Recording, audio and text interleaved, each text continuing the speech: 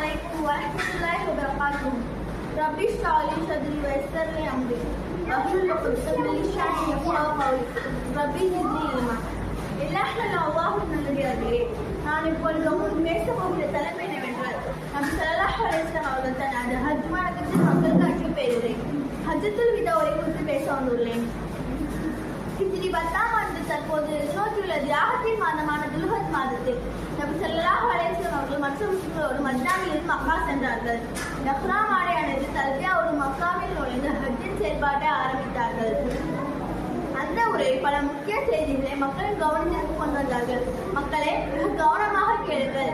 ஏனெனில் இந்த ஆண்டிற்கு பிறகு இந்த இடத்தில் நான் உங்களை சந்திப்பேன் என தெரியவில்லை. புனிதம் மக்களே, இந்த துல்ஹஜ் மாதத்தின் இந்த பிற 9வது நாளில் இந்த மக்கா நகரை புனிதமாக கட்டுவது போல் உங்களில் ஒருவர் மற்றவரின் உயிரையும் பொருளையும் மானத்தையும் புனிதமாக கருத்துங்கள்.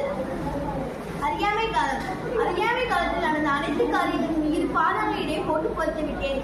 அறியாமை காலத்தில் நடந்த கொலைக்கு பழிவாங்கத்தில் நான் ரத்து செய்தேன். அறியாமை காலத்தில் வட்டி வாங்கத்தில் நான் ரத்து செய்தேன். மகளின் கொலைக்கு பழிவாங்கத்தில் நான் ரத்து செய்தேன். பெண்கள் விஷயத்தில் அல்லாஹ்வை அண்டிக் கொள்ளுங்கள். அல்லாஹ்வின் அமானிதமாக பெண்களை நீங்கள் அடைந்திருக்கிறீர்கள். பெண்கள் தனது கணவருக்கு செய்ய வேண்டிய கடமை. கணவர் விரும்பாதவரை இல்லத்திற்கு அனுமதிக்க கூடாது. ஆண்களாகிய நீங்கள் உங்கள் மனைவிக்கு செய்ய வேண்டிய கடமை நல்ல முறையில் உணவும் ஆடையும் அளிக்க வேண்டும். அல்லாஹ்வின் அமானிதம். நான் உங்களை விட்டு சென்ற போதும் நீங்கள் அதை பின்பற்றினால் அது ஒருபோதும் வழி தவற மாட்டீர்கள். அதுதான் அல்லாஹ்வின் வேதமாகும். கடமை.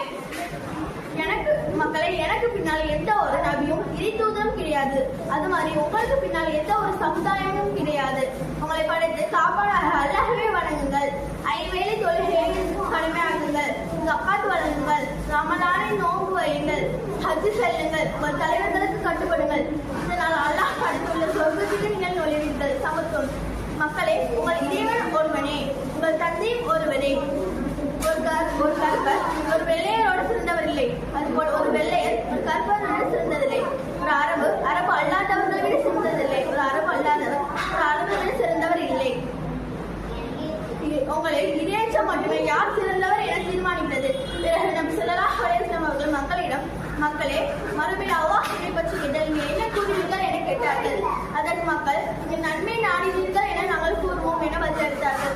பிறகு நபி ஸல்லல்லாஹு அலைஹி வஸல்லம் அவர்கள், அல்லாஹ்வே, இதற்கு நீதான் சாட்சி என கூறிக்கொண்டு அவர்கள் ஆள்காட்டி விரலை 3 முறை வானத்தை நோக்கி நீட்டினார்கள்.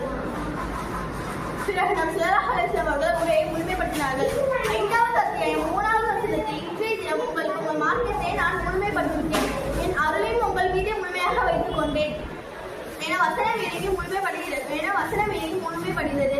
நபி ஸல்லல்லாஹு அலைஹி வஸல்லம் அவர்கள் இந்த ஹஜ் பேரின் மூலம் படிப்பினை பெற்று அதை நாம் செயல்படுத்தி அனைவரும் சொர்க்கத்துக்கு செல்ல வேண்டும் என பிரார்த்தித்தவளாக எனது உரையை நிறைவு செய்கிறேன். வாஹிர தவானா அல்ஹம்துலில்லாஹி ரப்பில் ஆலமீன். அஸ்ஸலாமு அலைக்கும் வரஹ்மத்துல்லாஹி வபரகாத்துஹு.